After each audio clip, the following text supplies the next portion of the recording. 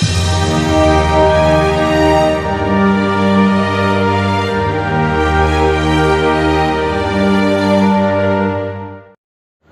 Dear student, स्वागत है आपका बायोलॉजी क्लासेस में। डियर स्टूडेंट, आज हम डिस्कस करने वाले हैं बीएससी पार्ट थर्ड ईयर के जूलॉजी सिलेबस को, जो कि RRBMU राजऋषि भर्तृहरि मत्स्य विश्वविद्यालय अलवर व राजस्थान यूनिवर्सिटी जयपुर से संचालित कोर्सों में है। BSc part third year zoology syllabus. तो बीएससी थर्ड ईयर में जूलॉजी की 3 बुक्स चलती हैं, जैसे कि आपने सेकेंड ईयर में पढ़ा था, सेम वैसे ही आपके थर्ड ईयर में भी 3 बुक्स चलती हैं। बात करते हैं बुक्स के नेम की। तो first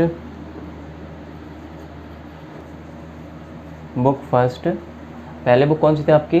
structure and functions of कोडेटा types. Structure and functions of कोडेटा टाइप्स। तो यहाँ पे बता दूँ मैं आपको, कोडेटा जो वर्ड है यहाँ पर जीवों को सिंपली 2 भागों में बांटा गया था। अगर आपने नहीं पढ़ा है तो हमारा प्रीवियस वीडियो डिस्क्रिप्शन में दिया हुआ है, लिंक जाकर के चेक कर सकते हो। उसमें हमने कंप्लीट कोडेटा का क्लासिफिकेशन कर रखा है और साथ में कंप्लीट एनिमल का क्लासिफिकेशन बताया हुआ है, जिसमें एनिमल्स को 2 भागों में बांटा गया था, सिंपली नोटोकॉड की उपस्थिति के आधार पर कोडेटा व नॉन कोडेटा।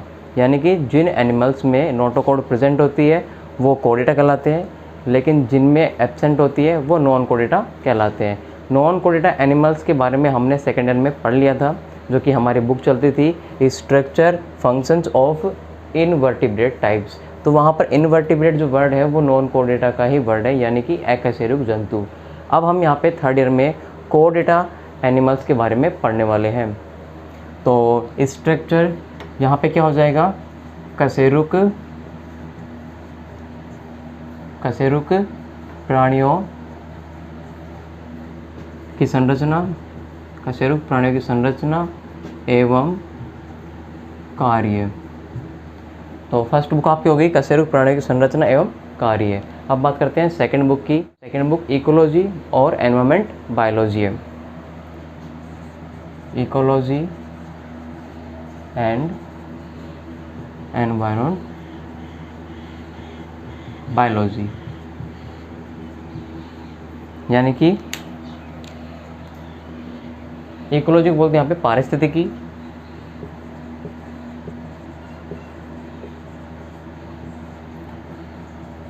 एंड एनवायरमेंट बायोलॉजी बोलते हैं पर्यावरण जैविकी। अब बात करते हैं बुक थर्ड की।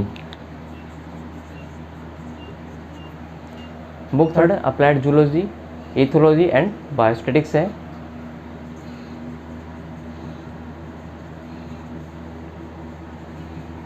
अप्लाइड जूलॉजी,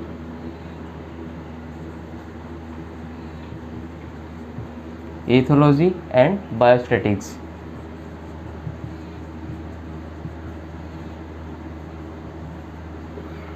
यानी कि इसमें 3 प्रकार की ब्रांचेज हैं। अप्लाइड जूलॉजी जो कि अनुप्रयुक्त प्राणी विज्ञान है, इथोलॉजी जो कि हमारे बिहेव से रिलेटेड है, यानी कि इसको अपन बिहेव साइंस भी बोल सकते हैं, और बायोस्टैटिक्स ये जैव सांख्यिकी है, जो कि आंकड़े जो होते हैं, डाटा जो होते हैं, उनका कैलकुलेशन करती है, उनका सिग्निफिकेंस निकालती है, जो आपने पढ़ा होगा बारंबारता, यानी कि फ्रीक्वेंसी टेबल, मीन, मोड और मीडियन।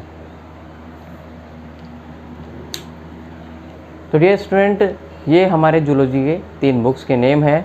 फर्स्ट है स्ट्रक्चर एंड फंक्शन ऑफ कोडेटा types, second ecology environment biology, और थर्ड है applied zoology, ethology and biostatistics. अब बात करते हैं फर्स्ट बुक की, स्ट्रक्चर फंक्शन ऑफ कोडेटा।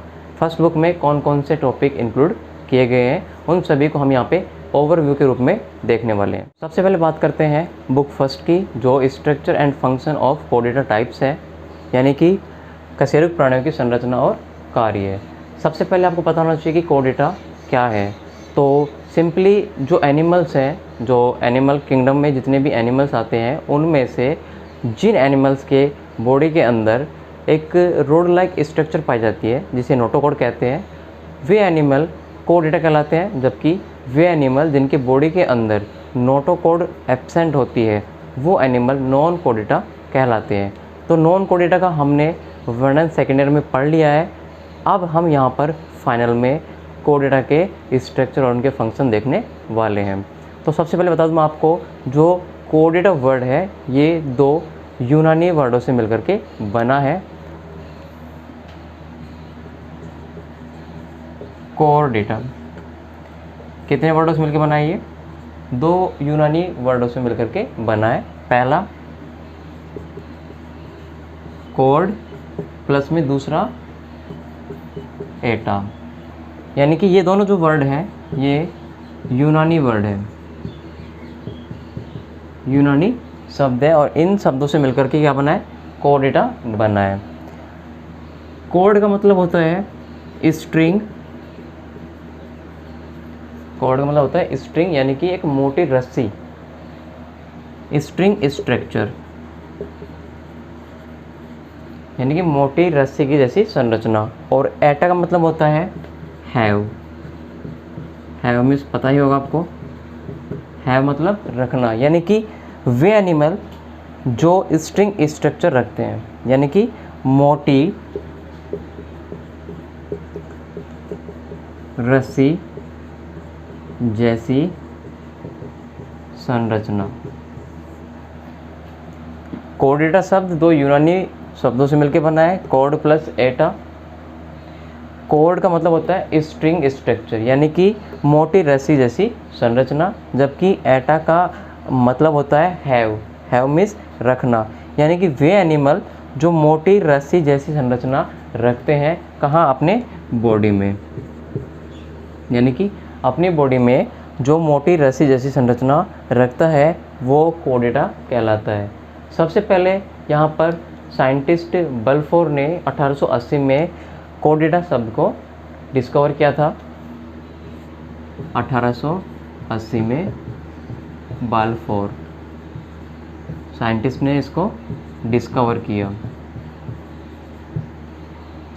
बल्फोर ने जब एनिमल का क्लासिफिकेशन हुआ था तो एनिमल्स को दो कैटेगरी में बांटा गया था, नॉन कोडेटा और कोडेटा, जिसमें जो एनिमल्स हैं वो 34 फाइलम में इंक्लूड किए गए थे, जिसमें से सबसे लास्ट का जो फाइलम है वो कोडेटा फाइलम आता है। और इस फाइलम की जो डिस्कवरी है वो भी बल्फोर साइंटिस्ट ने 1880 में ही की थी। अब बात करते हैं कोडेटा बुक्स में हमें जो टॉपिक यहाँ पर पढ़ने हैं उन टॉपिक के बारे में। तो सबसे पहले मैं आपको बता दूँ, जो हमारा सिलेबस होता है वो डिवाइड होता है 3 सेक्शन में। तीनों ही बुक में सेम सेक्शन चलते हैं, सेक्शन ए, सेक्शन बी और सेक्शन सी, यानी कि प्रत्येक जो हमारी बुक्स है उनको 3 कैटेगरी में डिवाइड किया गया है।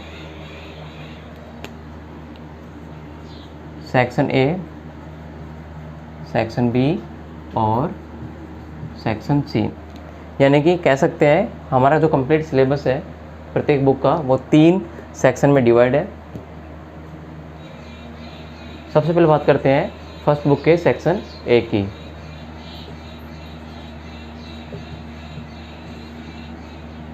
अब सेक्शन ए में कौन कौन से टॉपिक हमें यहाँ पे रीड करने हैं उन सब के बारे में यहाँ पे डिस्कस करते हैं। सबसे पहले बात करते हैं सेक्शन ए में फर्स्ट टॉपिक की, जो कोडेटा के क्लासिफिकेशन का है और साथ में उनके कैरेक्टर का है, यानी कि उनके लक्षणों का है। तो फर्स्ट टॉपिक हमारा हो जाएगा क्लासिफिकेशन ऑफ कोडेटा एंड इसी में क्या हो जाएगा? उनके कैरेक्टरिस्टिक्स।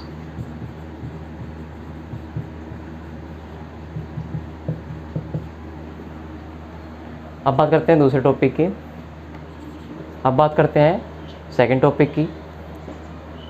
सेकंड टॉपिक जो होगा वो हमारा कोडेटा एनिमल के हैबिटेट, एक्सटर्नल फीचर और उनके एनाटॉमी का होगा।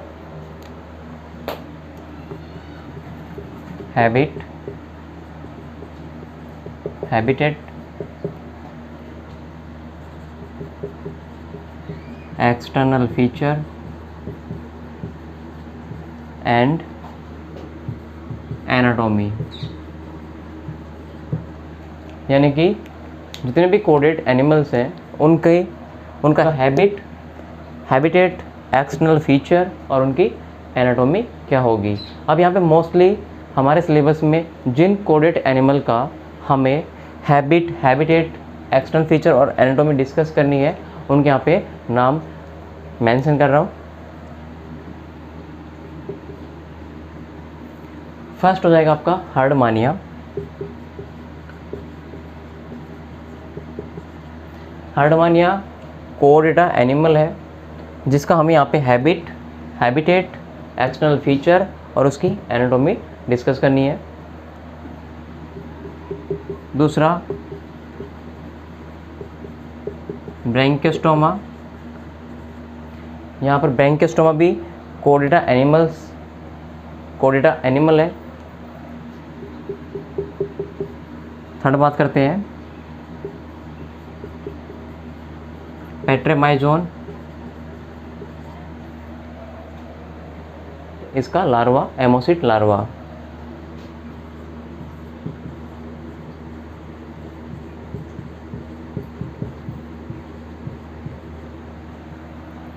यहाँ पर हर्डमानिया, ब्रैंकियोस्टोमा, पेट्रेमाइजोन एंड एमोसिट लार्वा का हैबिट डिस्कस करना है, habitat, external features and anatomy के बारे में डिस्कस करना है। अब आता है थर्ड टॉपिक है हमारे यहाँ पे एफिनिटीज से रिलेटेड, यानी कि एफिनिटीज जो कि हेमिकोडेटा, यूरोकोडेटा और सिफेलोकोडेटा तीनों के साथ में होने वाली है। तो थर्ड टॉपिक है हमारा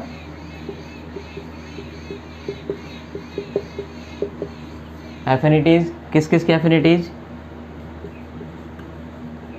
हेमिकोडेटा की, यूरोकोडेटा की एंड सिफेलोकोडेटा की। तो कंप्लीट ये हमारा सेक्शन ए है फर्स्ट बुक का। दोबारा डिस्कस कर लेते हैं। सबसे पहले है क्लासिफिकेशन ऑफ कोडेटा एंड कैरेक्टरिस्टिक्स, यानी कि हमें कोडेटा का क्लासिफिकेशन देखना है इसमें और उनके कैरेक्टरिस्टिक्स पढ़ने हैं।